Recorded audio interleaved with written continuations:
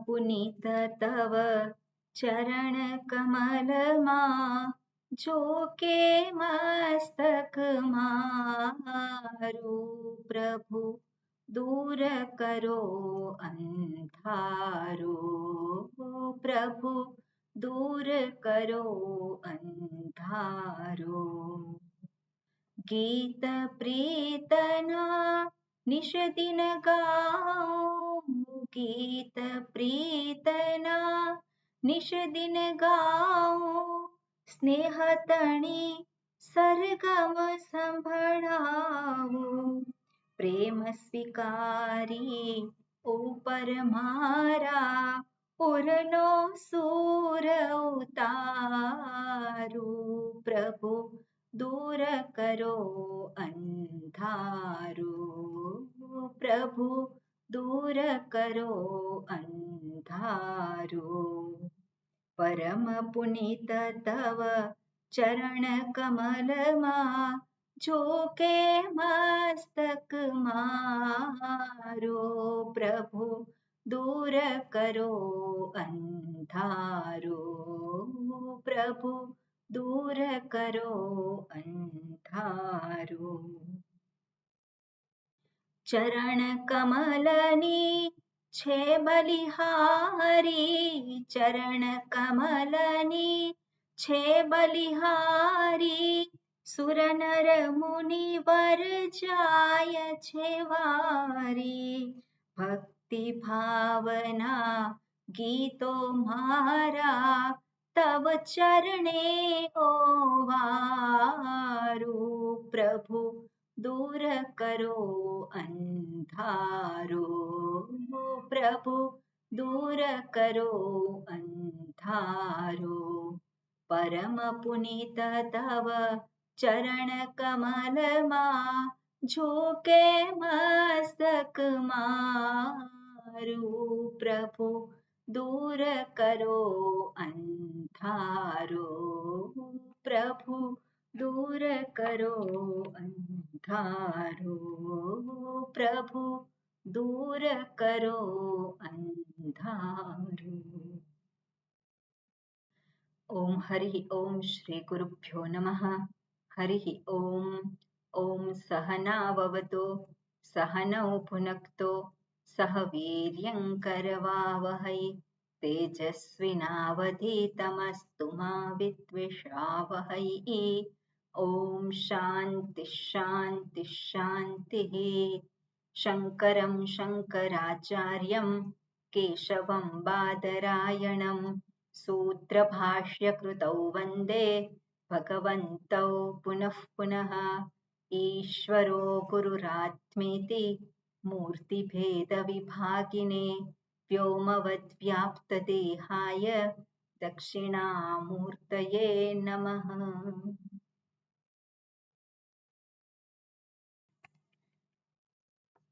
Okay કોઈને કઈ question છે તો ક્વેશ્ચનની ચર્ચા કરીએ નહીં તો કઠોપનિષદ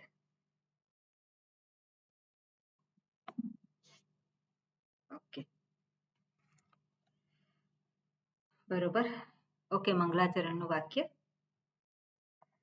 હા કોણ બોલશે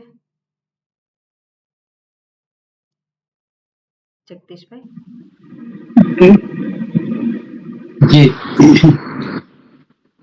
ओम नमो भगवते वैवस्वताय मृत्यवे ब्रह्म विद्याचार्याय नचिकेतसे च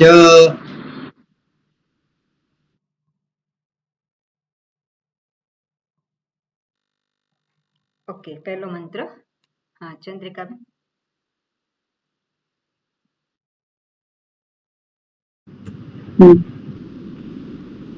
सुतं पिबन्तौ सुकृतस्य लोके गुहां प्रविष्टौ परमे परार्धे छायातपौ ब्रह्मविदो वदन्ति पञ्चाग्नयो ये च त्रिनाचिकेताः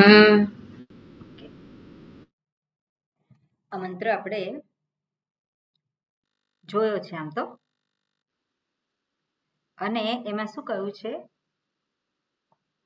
ઋતમ પિબંતૌ સુકૃતસ્ય લોકે. પિબંતૌ દ્વિવચન છે એટલે કે પિબંતૌ પીવે છે અને બે જણ પીએ છે. અને શું પીએ છે? સુકૃતસ્ય, જે કરેલા કર્મ છે. અને કેવા કર્મ? સુકૃત. સુકૃત એટલે પુણ્ય કર્મ. એટલે પુણ્ય કર્મના ફળને બે ભોગવે છે. અને બે જણ ભોગવે છે એટલે બે કયા ભોગવે છે? બે કોણ છે એ અહીંયા દર્શાવ્યું છે. એટલે બે કોણ છે? બે એક સાથે છે. અને એને દર્શાવતા કયું હોય? ગુહામ પ્રવિષ્ટૌ પરમે પરાર્થે. એ ક્યાં ઉપલબ્ધ છે? તો કે દરેકની બુદ્ધિરૂપી ગુફામાં જ એ રહેલા છે બે. અને સાથે સાથે શું કહે છે? કેવી રીતે રહેલા છે? છાયા તપૌ. જેવી રીતે તડકો અને છાયા એટલે જે કંઈક વસ્તુ હોય અને એનો પડછાયો, બંને કેવા છે? એક સાથે જ છે. એમાં બેમાં કોઈ આગળ નથી, કોઈ પાછળ નથી. શું છે? આપણે પડછાયો જોઈએ તો સવારના આપણે જે પૂર્વ દિશામાં હોય આપણું મુખ, તો પડછાયો કઈ બાજુ પડે? પાછળની. પશ્ચિમ. અને સાંજે ક્યાં પડે? આપણું મુખ પશ્ચિમ દિશામાં હોય તો પૂર્વ દિશામાં હોય તો આગળ દેખાય. પણ પડછાયો આગળ છે કે પાછળ છે કહેવાય ખરું? એને આગળ છે કે પાછળ કહેવાય નહીં. કેવું છે? જ્યાં વ્યક્તિ છે ત્યાં પડછાયો રહેલો જ છે. એવી જ રીતે આ જીવ છે ત્યાં જ સ્વરૂપભૂત આત્મા છે જ. જેવી રીતે પડછાયો આગળ પાછળ થાય છે એવી રીતે જીવાત્મા છે એ આપણને એની અભિવ્યક્તિ આપણને જુદી જુદી રીતે અનુભવાય છે, દેખાય છે. પણ હું છે એ ક્યાં છે? એ હું છે એ હંમેશા છે જ. એટલે પડછાયાને આપણે ગ્રહણ કરીએ છીએ પણ સ્વરૂપને ગ્રહણ કરતા નથી.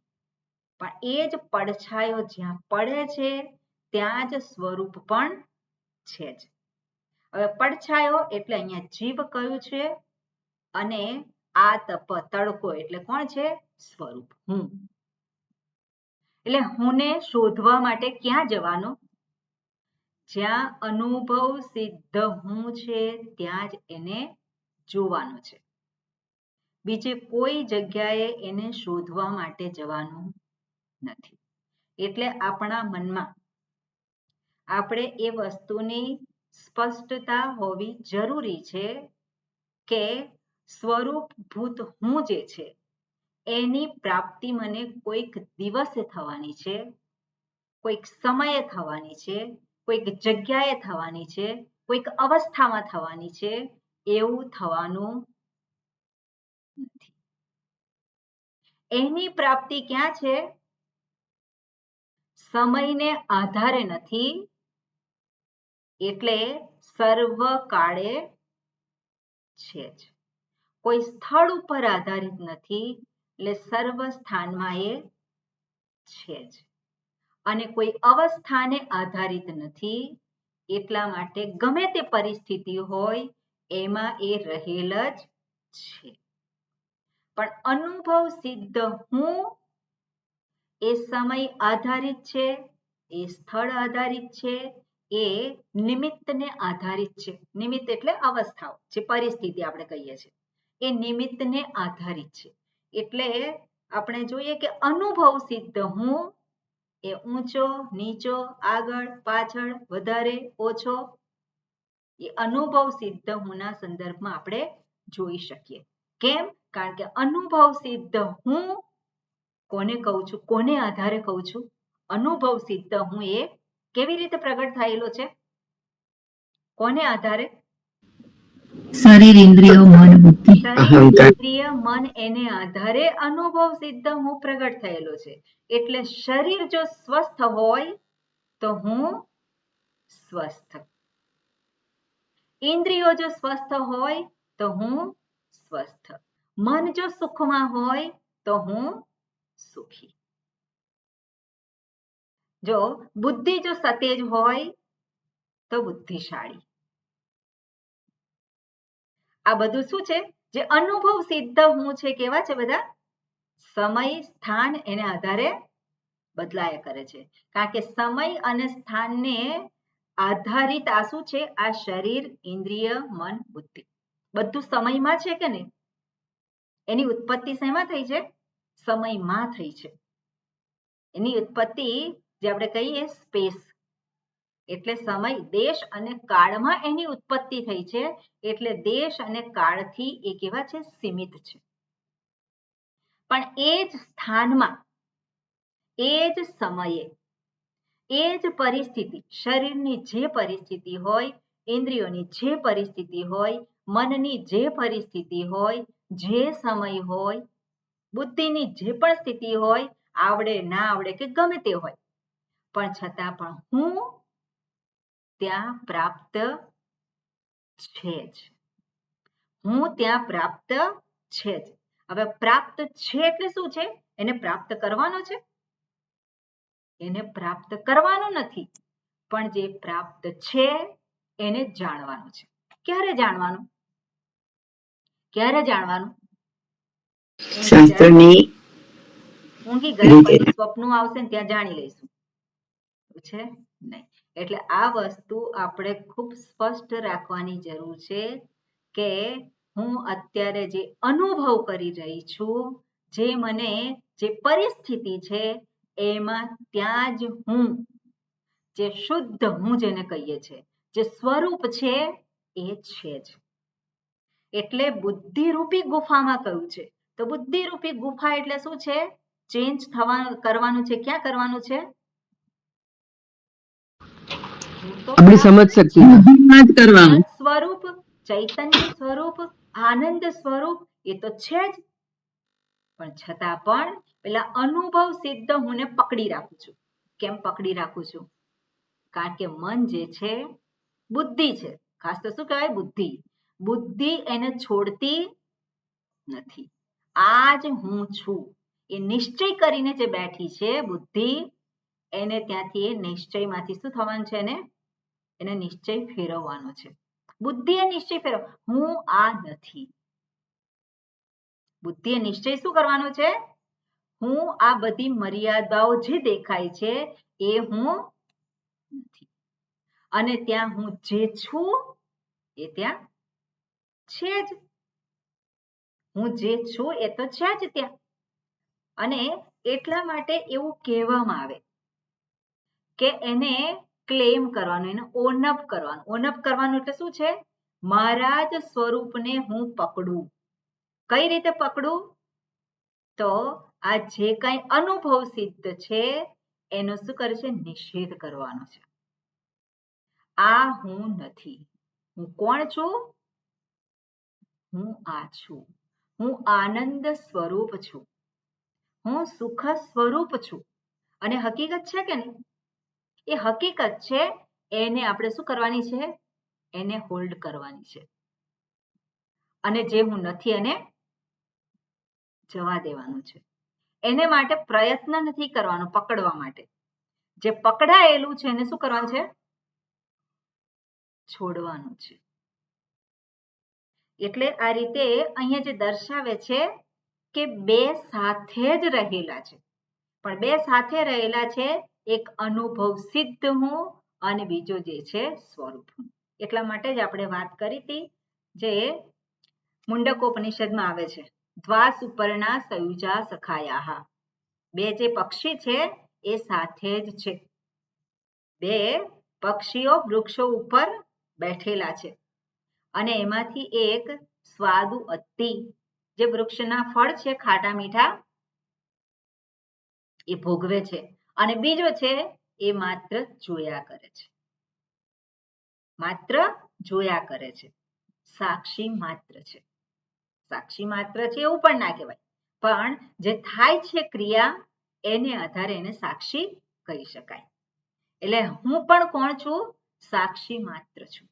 એટલે આ શરીર, ઇન્દ્રિય અને એના થકી જે કંઈ ક્રિયાઓ થઈ રહી છે એ બધી હુંની હાજરીમાં થઈ રહી છે, પણ હું કાંઈ કરતો નથી, હું કાંઈ કરાવતો નથી. આગળ આવી ગયું, હંતા ચેન મન્યતે હંતુમ હતશ્ચેન મન્યતે હતમ ઉભૌ તૌ ન વિજાનીતઃ.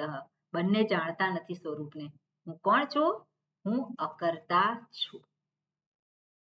એટલે એ અકર્તા હું એને જ અહીંયા દર્શાવ્યો છે, પણ કેવી રીતે દર્શાવ્યો છે?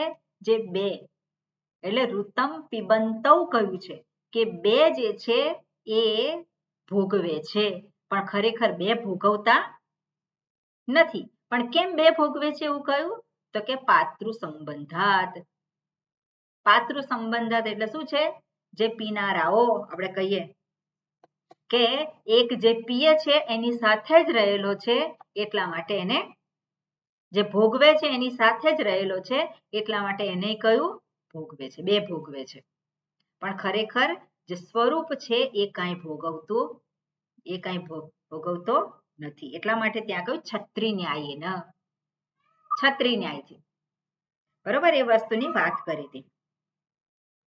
પછી એ આગળ જે કહ્યું છે સુકૃતસ્ય સ્વયંકૃતસ્ય કર્મણઃ ઋતમ ઇતિ પૂર્વેણ સંબંધઃ લોકે અસ્મિન શરીરે ગુહામ ગુહાયામ બુદ્ધૌ પ્રવિષ્ટૌ.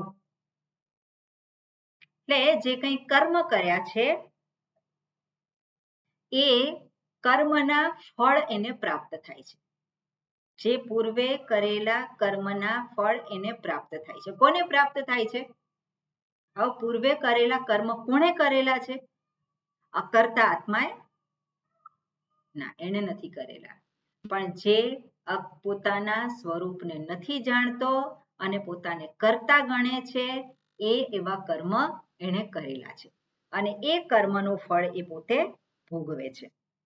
અને ઋતમ કહ્યું કેમ? કારણ કે અવશ્યમ ભાવી છે. કર્મનું ફળ કેવું છે? અવશ્યમ ભાવી છે, એટલા માટે એને ઋતમ કહ્યું. અને લોકે અસ્મિન શરીરે ગુહામ ગુહાયામ બુદ્ધૌ પ્રવિષ્ટૌ. અને એ કઈ રીતે રહેલો છે? તો કે આ જે શરીર છે, અને આ શરીર એટલે કયું શરીર? સ્થૂળ શરીરમાં બુદ્ધિરૂપી ગુફામાં રહેલો છે. હવે આ વસ્તુને આપણે સમજવા માટે જરાક આપણે જોઈએ તો બુદ્ધિરૂપી ગુફામાં કયું છે? પણ જ્યારે શરીર ત્રયની વાત આવે છે,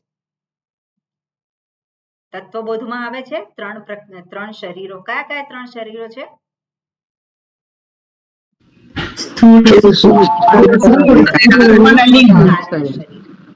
બરાબર. અને એટલે સ્થૂળ, સૂક્ષ્મ અને કારણ શરીર છે એ જે દર્શાવ્યું હોય ત્યારે. અને સાથે સાથે એ પણ જોઈએ કે પંચકોશ દર્શાવ્યા છે.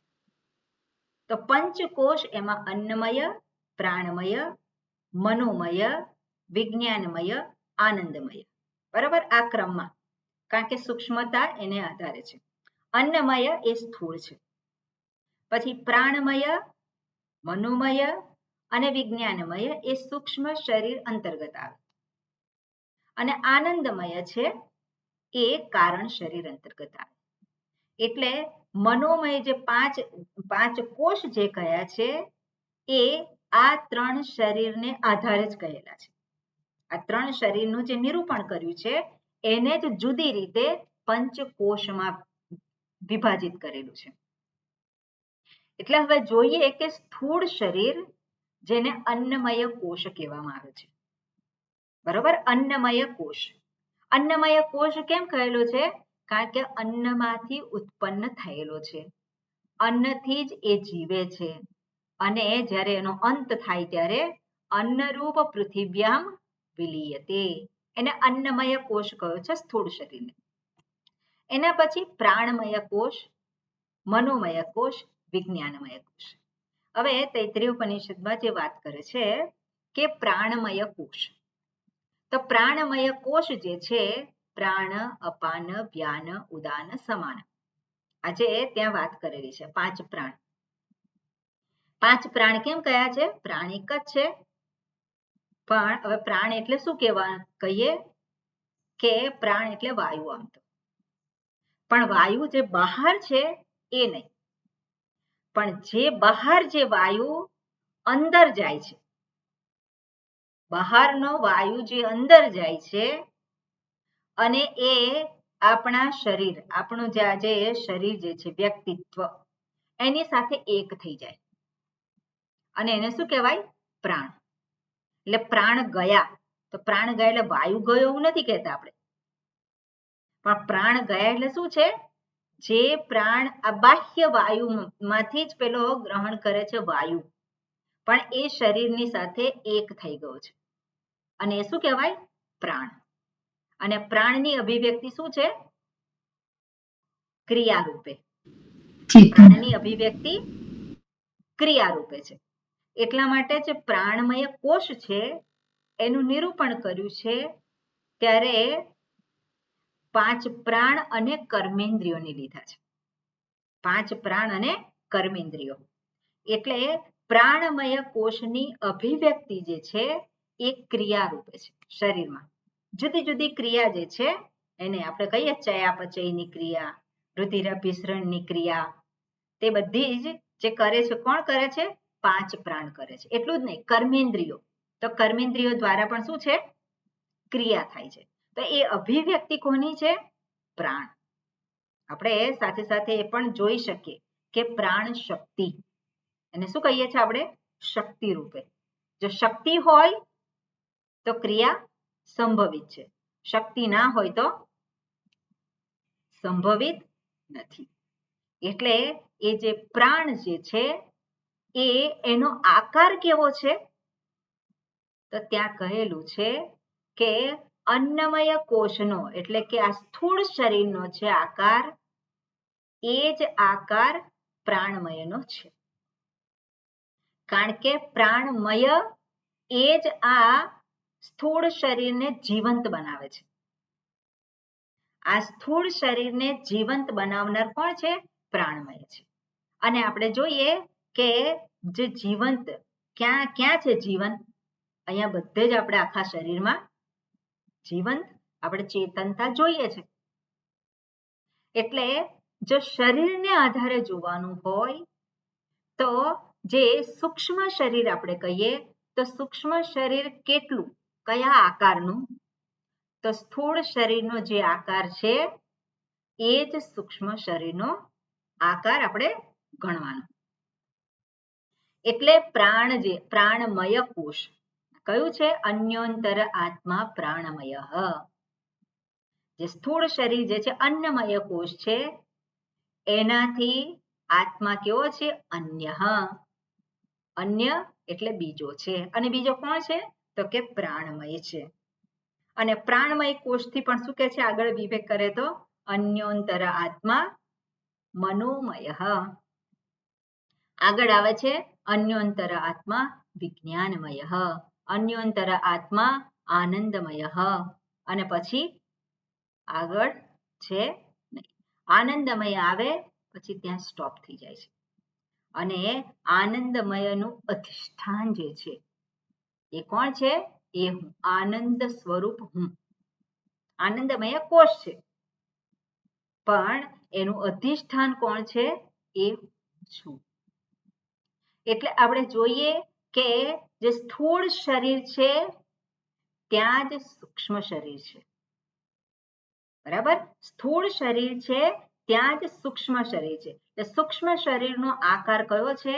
તો કે સ્થૂળ શરીરનો જે આકાર છે એ જ સૂક્ષ્મ શરીરનો છે. હાથીનું શરીર હોય તેનું સૂક્ષ્મ શરીર કેટલું? એના આકારનું. કીડીનું શરીર હોય તેનું સૂક્ષ્મ શરીર કેટલું? કીડીના આકારનું.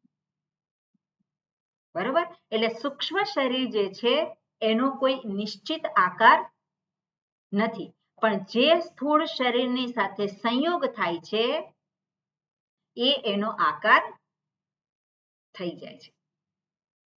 અને આ જે સ્થૂળ શરીર અભિમાની આત્મા, સૂક્ષ્મ શરીર અભિમાની આત્મા અને જે કારણ શરીર અભિમાની આત્મા. સ્થૂળ શરીર અભિમાની આત્મા એટલે શું છે? સ્થૂળ શરીર માં રહીને જે કંઈ ભોગવે છે, જે કંઈ એ અનુભવ કરે છે, સૂક્ષ્મ શરીરમાં રહી અને જે અનુભવ કરે છે, અને કારણ શરીરમાં રહીને ત્યાં કોઈ અનુભવ કરતો, કોઈ વિશેષ અનુભવ કરતો નથી.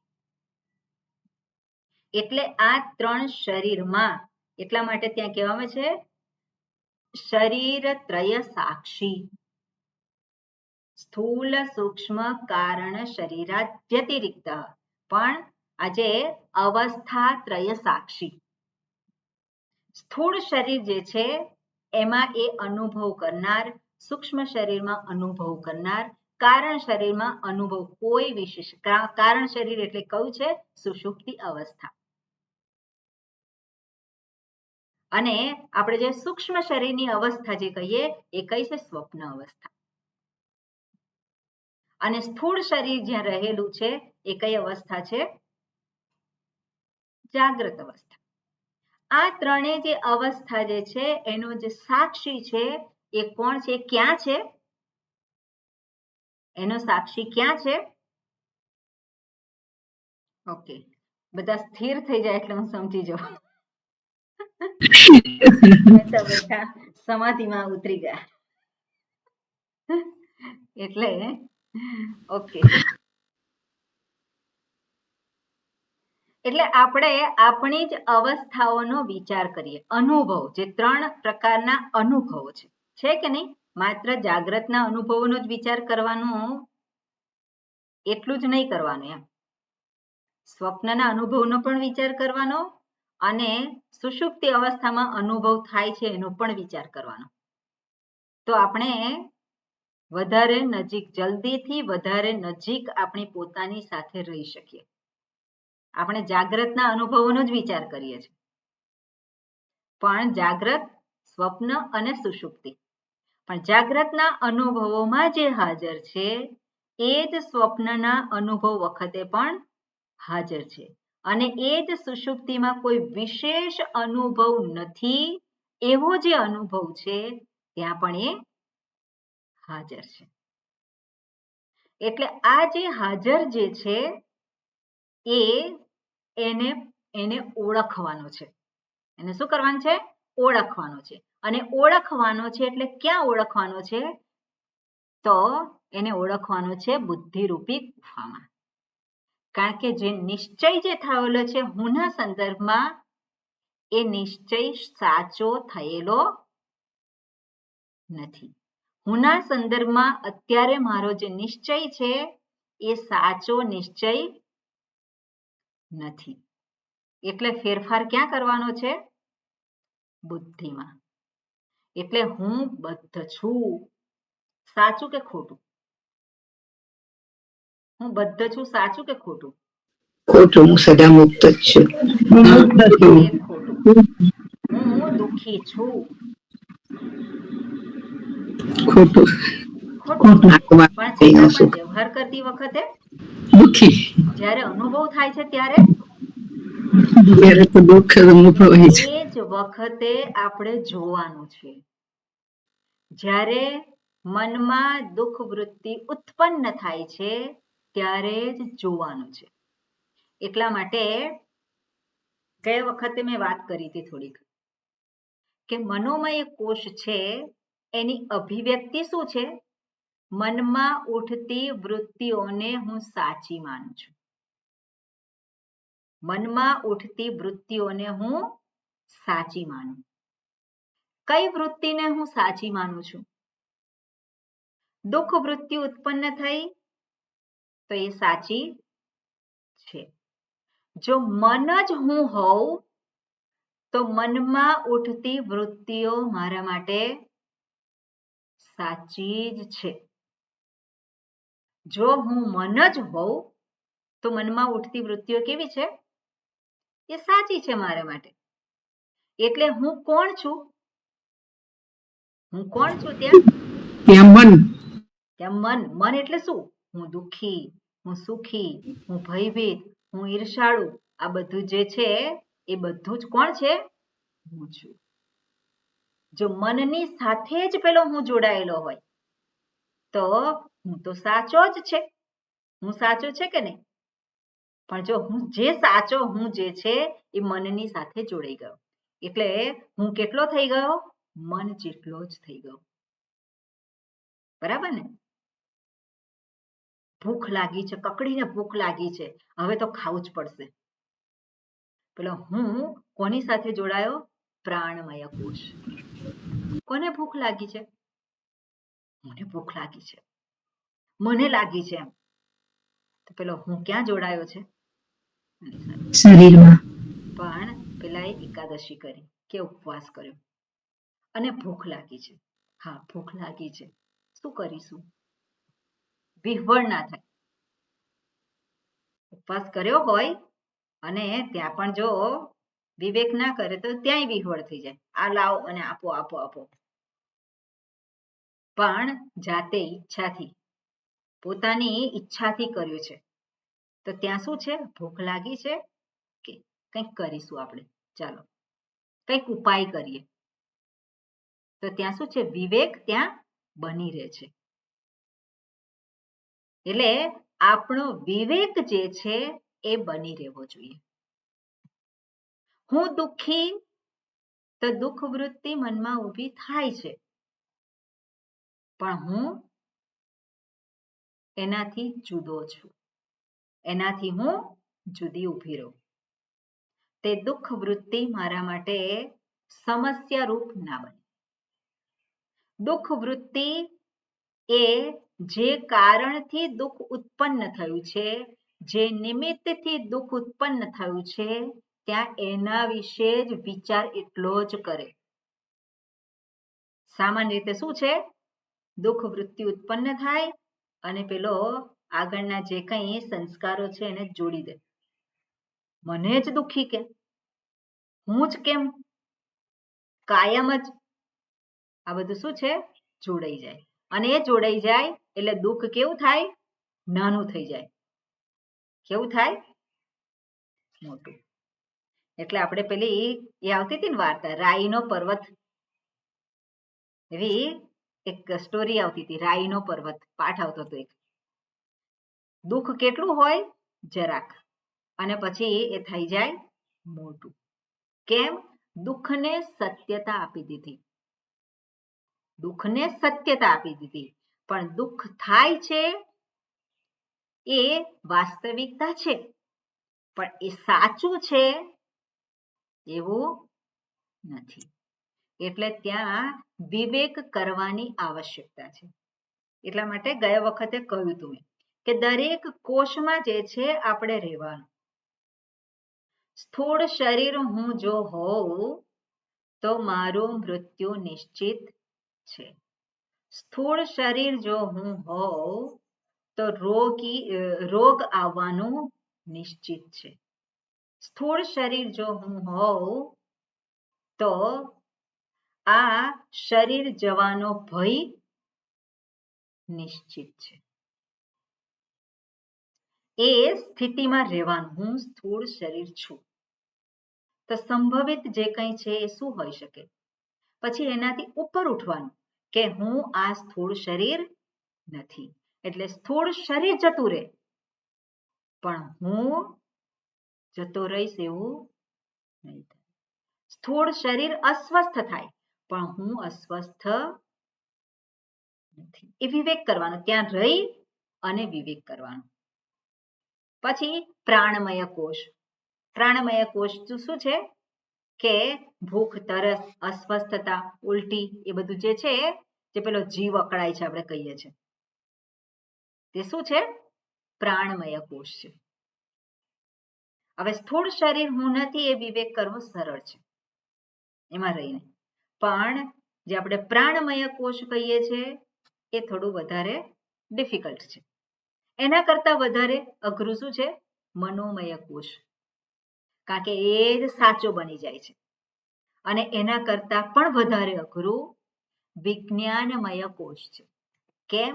કારણ કે આપણું જે કંઈ જીવન આપણે જીવીએ છીએ એ આપણે જે કંઈ આપણી માન્યતા છે કે સમજદારી છે એને આધારે જ આપણું જીવન આપણે જીવીએ છીએ. બરાબર? આપણે જે કંઈ જીવન જીવીએ છીએ એ શેને આધારે જીવન જીવીએ છીએ? આપણી સમજદારી કે આપણી માન્યતા, આપણે જે કંઈ છે એને આધારે જીવીએ છીએ. અને ત્યાં હું પેલો કેવો છે? કર્તા, ભોગતા, જ્ઞાતા એ રૂપે પ્રગટ થાય છે. અને કર્તા, ભોગતા, જ્ઞાતા એ બધા કેવા છે?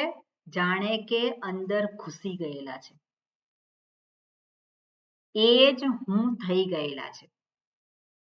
અને એટલે એમાંથી જો મુક્ત થવું હોય તો એ અઘરું છે. એમાંથી મુક્ત થવું હોય તો મારી માન્યતાઓને બાજુ પર હું મૂકી શકું. મારી સમજદારીમાં હું ફેરફાર કરી શકું. કેવી રીતે? આપણે કોઈક આપણને પૂછે અને નથી આવડતું એ વસ્તુને આપણે સ્વીકારી શકીએ. હું પ્રમાતા, હું જાણું છું. પણ હું જાણું છું એનો જેટલો સ્વીકાર છે એટલો જ સ્વીકાર શું છે? હું નથી જાણતો. હું નથી જાણતો એનો પણ એટલો જ સ્વીકાર હોય. કોણે કર્યું? મેં કર્યું. અને કોણે આ ખરાબ થયું છે? તો પેલો બોલે નહીં. જે ક્રિયા થઈ મેં કર્યું અને મેં કર્યું ને આધારે પછી જો સારું થયું હોય તો પેલું અભિમાન. શું છે અભિમાન? એટલે શું છે? એ જ વિજ્ઞાનમય જે છે એની સાથેનું તાદાત્મ્ય. અને ખરાબ થયું તો કેમ ખરાબ કર્યું? એણે કેમ કર્યું? આ શું છે? પેલું કર્તૃત્વનું અભિમાન. તો એ કર્તૃત્વનું જે અભિમાન છે અને એને કારણે શું થવાનું છે? ક્ષોભની લાગણી થવાની છે. કેમ મેં આવું કર્યું? ત્યાં પીડા થવાની છે. આ આપણે ઉદાહરણ સરસ એક છે કે રાત્રે આપણે સૂઈ ગયા હોય રાત્રે અને સવારે ઉઠીએ ત્યારે આપણી ચાદર ઉપર લોહીનું ટીપું એટલે એક ડાઘો દેખાય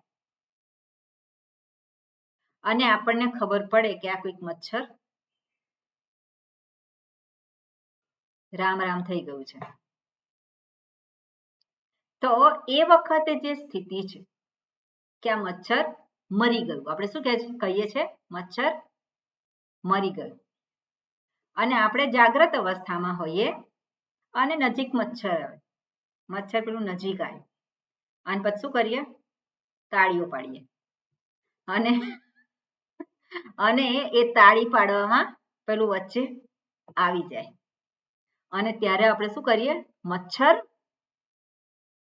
મારી નાખ્યું. એક વખત શું કહે? મચ્છર મરી ગયું. અને બીજી વખત શું કહે? મચ્છર માર્યું. હવે ક્ષોભ જન્માવનાર સ્થિતિ કઈ વધારે એ છે પ્રબળ? જ્યારે મારી નાખીએ ત્યારે.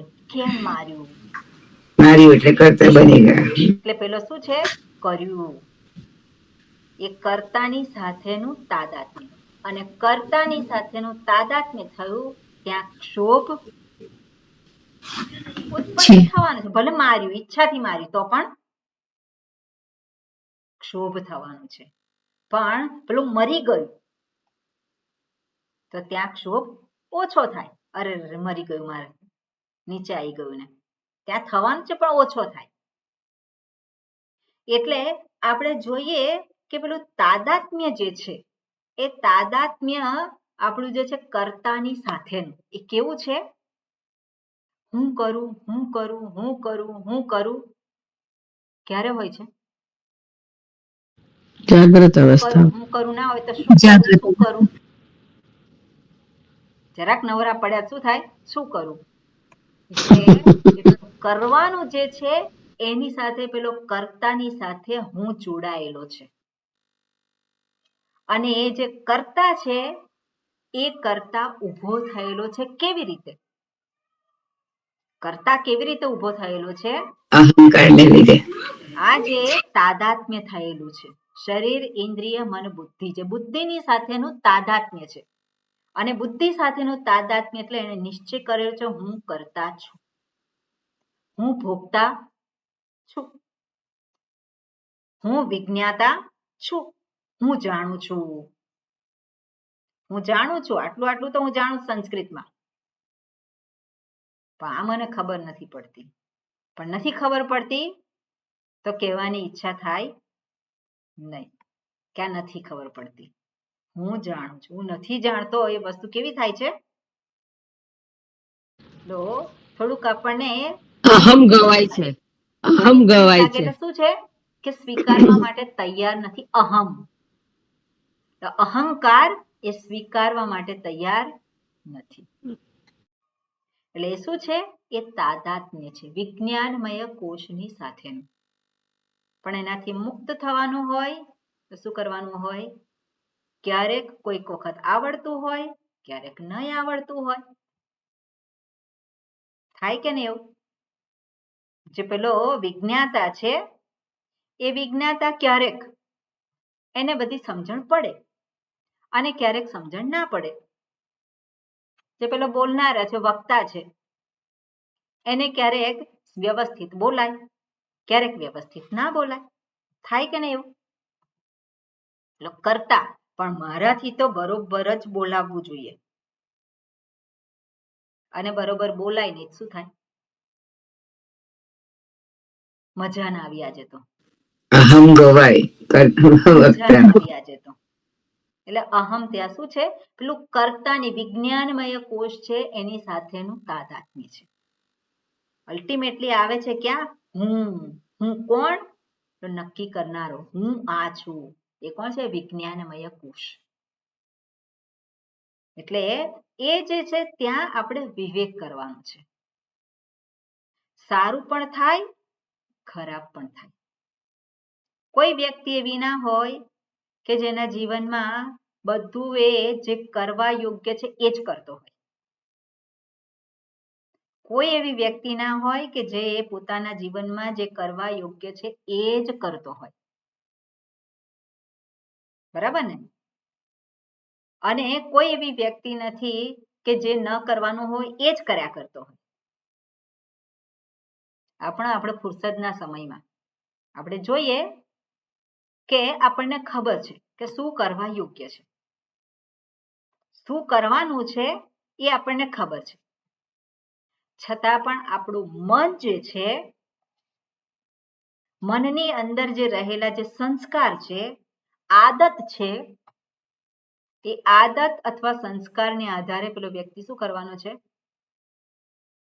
જે ઈચ્છા હોય એ કરવા માટે સહજ રીતે પ્રયત્નશીલ થવાનું છે.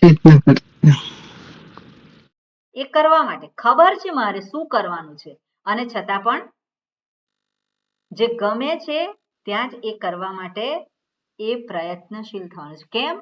કારણ કે મનોમય કોષ જે છે એ શું છે? મજા આવે છે આ કરવામાં. મજા આવે છે એટલે હું કરું. એટલે આ શું છે કે આનંદમય કોષ હોય એ પ્રબળ થઈ જતો અમુક વાર, અમુક વખત વિજ્ઞાનમય કોષ, પેલો અહમ આવી જાય. તો અહમ આવી જાય ત્યારે કોણ પ્રબળ છે? વિજ્ઞાનમય કોષ. અને મારે તો ભોગવવું છે, મારે તો આ જોઈએ છે, મારે સુખ મળે છે, તે શું છે ત્યાં? મનોમય કોષ અથવા તો એને આનંદમય કોષ પણ કહી શકાય. એટલે આવી રીતે આ જે અવસ્થાઓ છે એની અંદર આપણે વિવેક કરી આપણું જે લેવલ છે ત્યાંથી આપણે શું કરવાનું છે? ધીમે ધીમે ઉપર જવાનું છે અને આપણે વિવેક કરી અને જે ત્યાં રહેલો જ છે દરેક અવસ્થામાં, દરેક અનુભવમાં એને ઓળખતા શીખવાનું છે. બે સાથે જ છે, એક અનુભવ કરનારો અને એક અનુભવનો સાક્ષી.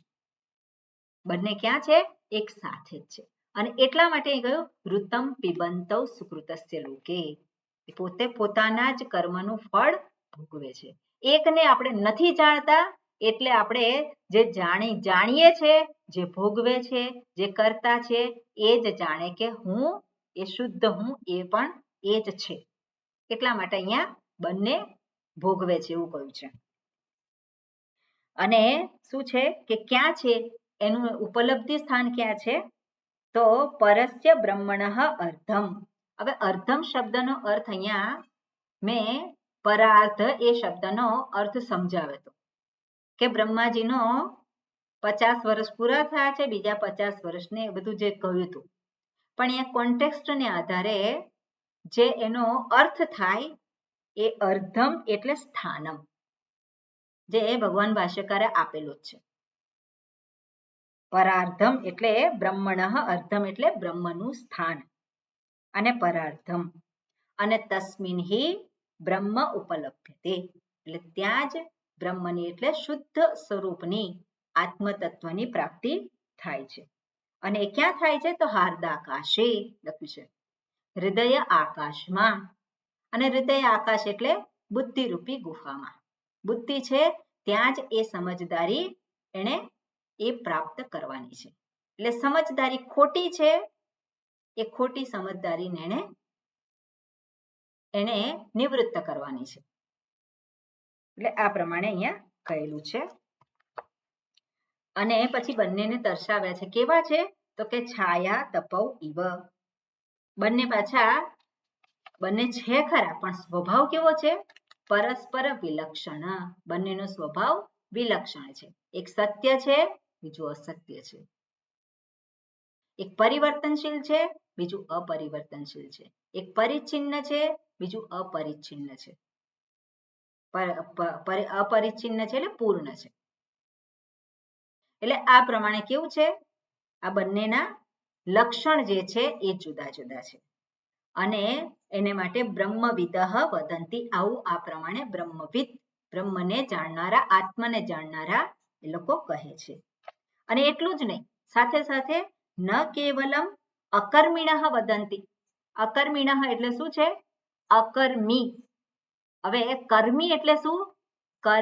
કર્મ અસ્તિ યસ્ય, કર્મ અસ્તિ યસ્ય કર્મિન. નિણી પ્રત્યય છે, જોઈશું આપણે. એટલે નિણી એટલે જેને જે કર્મ, જેની પાસે કર્મ છે, એટલે જે કરે છે કર્મ, એને કોણ કહેવાય? કર્મી. પ્રથમા વિભક્તિ એકવચન થાય, કર્મી. અને અકર્મિણઃ છઠ્ઠી વિભક્તિ છે, એટલે કેવલમ અકર્મિણઃ કહ્યું છે. તો અકર્મિણઃ એટલે કોણ? અકર્તા. એટલે માત્ર જે અકર્તા સ્વરૂપને જાણે છે એ જ કહે છે એટલું નહીં, પણ જે કર્તા છે, જે પોતાને કર્તા ગણે છે એ પણ આ પ્રમાણે કહે છે. પણ કર્તા ગણે છે કોણ વ્યક્તિ? તો કે જે આ શરીરના મૃત્યુ પછી બીજા લોકમાં જવા માંગે છે, અર્થાત સ્વર્ગાદી લોકની પ્રાપ્તિ કરવા માંગે છે, એ લોકો પણ આ પ્રમાણે કહે છે. અને એ કોણ છે એ લોકો?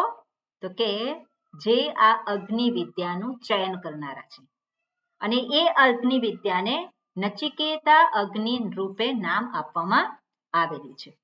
એટલે જે સ્વર્ગ પ્રાપ્તિની ઈચ્છાથી આજે વેદમાં દર્શાવેલા કર્મો કરે છે એને કહેવાય કર્મી. અને એ પણ આવું કહે છે કે આ જીવાત્મા જે છે એનાથી આત્મા, શુદ્ધાત્મા અથવા તો પરમાત્મા એ કેવો છે? વિલક્ષણ છે, જુદો છે. બરાબર? જીવાત્મા એટલે કોણ છે? આ સ્થૂળ શરીર, ઇન્દ્રિય, મન, બુદ્ધિ ધારી. પણ આત્મા કોણ છે? એનાથી વિલક્ષણ છે. બરોબર? એટલા માટે જે બીજા લોકની પ્રાપ્તિ થાય એ આ સદેહે ના થાય, સશરીર ના થાય. આ શરીરના મૃત્યુ પછી જ એને એ પ્રાપ્તિ થાય છે. બરોબર? એટલે આ પ્રમાણે એ કહે છે યે ચ ત્રિણાચિકેતાઃ ત્રિઃ કૃત્વઃ નાચિકેતઃ અગ્નિશ્ચિતઃ યૈહિ તે ત્રિણાચિકેતાઃ. ઓકે, આની અંદર સંધિના નિયમો અને બધું જોયું છે તમે લોકોએ? જુદું કર્યું છે શબ્દોને? નથી કર્યું. નથી કર્યા? ઓકે, હવે હું તમને કહું છું એ પ્રમાણે શબ્દો લખી લેજો અને પછી એમાં હા. છૂટા કરીને કહું છું. પછી કઈ વિભક્તિ છે અને શું છે હવે એ પ્રમાણે આપણે જોઈશું. હા. બરાબર? એટલીસ્ટ વિભક્તિ કઈ છે એ તમને ખબર હોવી જોઈએ. ઈકારાંત શબ્દ છે, ઉકારાંત શબ્દ છે, ઋકારાંત શબ્દ છે. ઓકે, એટલે એ પ્રમાણે તમે કહેજો. ક્યાંથી બાકી છે આપણે જોવાનું? પહેલેથી જ ભાષ્યમાં. પહેલેથી જ આપણે આમ તો જોયેલું છે એક વખત તો. એટલે સંધિને જોયું તું એ ક્યાં જોયું? ના, સંધિ ને એ બધું બાકી છે. બરોબર, એટલે હું તમને આપું છું શબ્દ વિચ્છેદ કરીને કહું છું, પછી એ કઈ એમાં કઈ વિભક્તિ છે અને શું છે એ તમારે કહેવાનું છે. ઓકે, ઋતમ, પછી છે સત્યમ, અવશ્યમ ભાવિત્વાત, પછી આગળ છે કર્મફલમ, પિબંતૌ, એકઃ, તત્ર, કર્મફલમ, પિબતિ, ભૂંક્તે, ન ઇતરઃ, તથાપિ, પાતૃસંબંધાત, એક શબ્દ, પાતૃસંબંધાત પિબંતૌ ઇતિ ઉચ્યતે. લખાય છે કે અંદર માર્ક થાય છે તમારથી? હું બોલું છું એ પ્રમાણે? એટલે જે નથી ખબર એ જ, બાકી તો ખ્યાલ આવે છે એ નથી લખતી હું તો. છે જ. એનો વાંધો નહીં, એટલે ખ્યાલ આવે છે ને હું બોલું છું કે ધીમે બોલું? બરાબર. બરોબર. છત્રી ન્યાયેન સુકૃતસ્ય સ્વયંકૃતસ્ય કર્મણઃ ઋતમ ઇતિ પૂર્વેણ સંબંધઃ લોકે અસ્મિન શરીરે ગુહા. સંબંધ પછી શું કહ્યું? સંબંધ હા, શું કહ્યું? સંબંધ પછી લોકે. સંબંધ પછી અસ્મિન. લોકે અસ્મિન શરીરે ગુહામ ને બદલે ગુહાયામ. ઓકે, ગુહામ નો અર્થ આપ્યો છે એકચ્યુઅલી છાંદસમ છે ગુહાયામ. બુદ્ધૌ પ્રવિષ્ટૌ પરમે બાહ્ય પુરુષાકાશ સંસ્થાનાપેક્ષયા. એક જ શબ્દ. ઓકે, બાહ્ય પુરુષાકાશ સંસ્થાનાપેક્ષયા પરમમ પરસ્ય બ્રહ્મણઃ અર્ધમ સ્થાનમ પરાર્ધમ તસ્મિન हि परम ब्रह्म उपलभ्यते अतः तस्मिन् परमे परार्धे हार्दाकाशे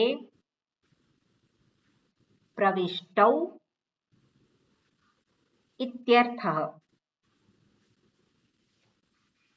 तौ च छायातपौ इव विलक्षणौ સંસારિત્વા સંસારિત્વેન બ્રહ્મવિદઃ વદન્તિ કથયન્તિ ન કેવલમ અકર્મિણઃ એવ વદન્તિ. પંચાગ્નયઃ ગૃહસ્થાઃ ये च पञ्चाग्नयः गृहस्थाः ये च त्रिणाचिकेताः. ओके, त्रिणाचिकेताः એ શબ્દ મેં ગઈ વખતે ભૂલથી કહ્યું હતું પ્રથમા વિભક્તિ એકવચન, પણ ત્રિણાચિકેતસ સકારાંત શબ્દ છે અને પ્રથમા વિભક્તિ એકવચન ત્રિણાચિકેતઃ. બહુવચનમાં થાય ત્રિણાચિકેતાઃ. ઓકે, એ બહુવચન છે એટલે સકારાંત શબ્દ તમે જોશો તો એમાં જોવા મળશે. એટલે ત્રિણાચિકેતાઃ ત્રિઃ કૃત્વઃ. ત્રિણાચિકેતાઃ પછી ત્રિઃ કૃત્વઃ એક જ શબ્દ છે. નાચિકેતઃ અગ્નિશ્ચિતઃ યૈઃ તે ત્રિણાચિકેતાઃ. ઓકે, આ પ્રમાણે શબ્દો જુદા જુદા થાય છે. હવે એમાં કઈ વિભક્તિ છે અને કયું પ્રાતિપદિક છે. પ્રાતિપદિકને ઓળખવું ખૂબ જરૂરી છે, બરાબર છે. પુલ્લિંગ સ્ત્રીલિંગ અને એ બધું આપણે જો જોવાનું ટ્રાય કરીશું આપણે તો વધારે આપણને ખ્યાલ આવશે, બરાબર. અને આ તો બધું શબ્દ મંજરી, આપણે શબ્દ મંજરી તમારી પાસે નથી ને, પણ બીજું છે તમારી પાસે. બધા રૂપ આપેલા જે છે આપણે જોયેલા જ છે બધા. સકારાંત શબ્દ, નકારાંત શબ્દ, આખી પેલી બુક હતી જ, બરાબર. કોની પાસે નથી? એ તો છે બધા આગળ, બધા પાસે છે જ, કારણ કે 6 મહિનાનું આપણે જે કર્યું હતું એ વખતે આપણે કરેલી છે, બરાબર. એટલે બધા પાસે છે જ. ભાવિની બેન તમે પણ ટ્રાય કરી શકો. કુસુમબેન હા, એટલે આપણે બધા શબ્દો આપેલા છે એને આધારે જોવાનો પ્રયત્ન કરવાનો. પ્રાતિપદિક શું છે અને કઈ વિભક્તિ છે. ઓકે, બરોબર. આટલું રાખીએ. આગળનો મંત્ર છે એને કાલે જોઈશું. અને જે તમે કરો હોમવર્ક એને જો તમે જરાક એક મોકલી આપો મને, વોટ્સએપ કરજો તો વધારે સારું. તેમાં જે કઈ જ્યાં ભૂલ હોય એના વિશે આપણે વાત કરીશું ક્લાસમાં. જેને બધાને આવડતું જ હોય, અમુક શબ્દ હોય સહ, તો સહ શબ્દ બધાને આવડતો હોય. અયમ શબ્દ છે એમાં બધાને કોઈને કઈ ભૂલ પડે નહીં, બરોબર. જયવિંદાબેન આપણે 6 મહિનામાં જે કર્યું છે એ જ વસ્તુનો ઉપયોગ કરવાનો છે અત્યારે, બરોબર. હા, હર્ષાબેન પાસે છે શબ્દ મંજરી કેવું કઈ? તો નથી મારી સાથે. તો તમે એ કરજો ને, એ પેલી બુક હતી ને ચંદ્રિકાબેન, એ બુક હતી એ ફરી પાછી છે ખરી બુક? છે મારી પાસે તો છે. હા, બસ એ બુક મોકલી આપજો પીડીએફ એની ગ્રુપમાં. તો પછી પ્રિન્ટ આઉટ કરાવી દઈશ એવું હશે તો. હા, પ્રિન્ટ આઉટ કરાવી દેવાય. હા, વાંધો નહીં. એ રીતના શેર કરજો. ઓકે. ઓમ પૂર્ણમદઃ પૂર્ણમિદં પૂર્ણાત પૂર્ણમુદચ્યતે પૂર્ણસ્ય પૂર્ણમાદાય પૂર્ણમેવાવશિષ્યતે. ઓમ શાંતિ શાંતિ શાંતિ. હરિ ઓમ શ્રી ગુરુભ્યો નમઃ. હરિ ઓમ.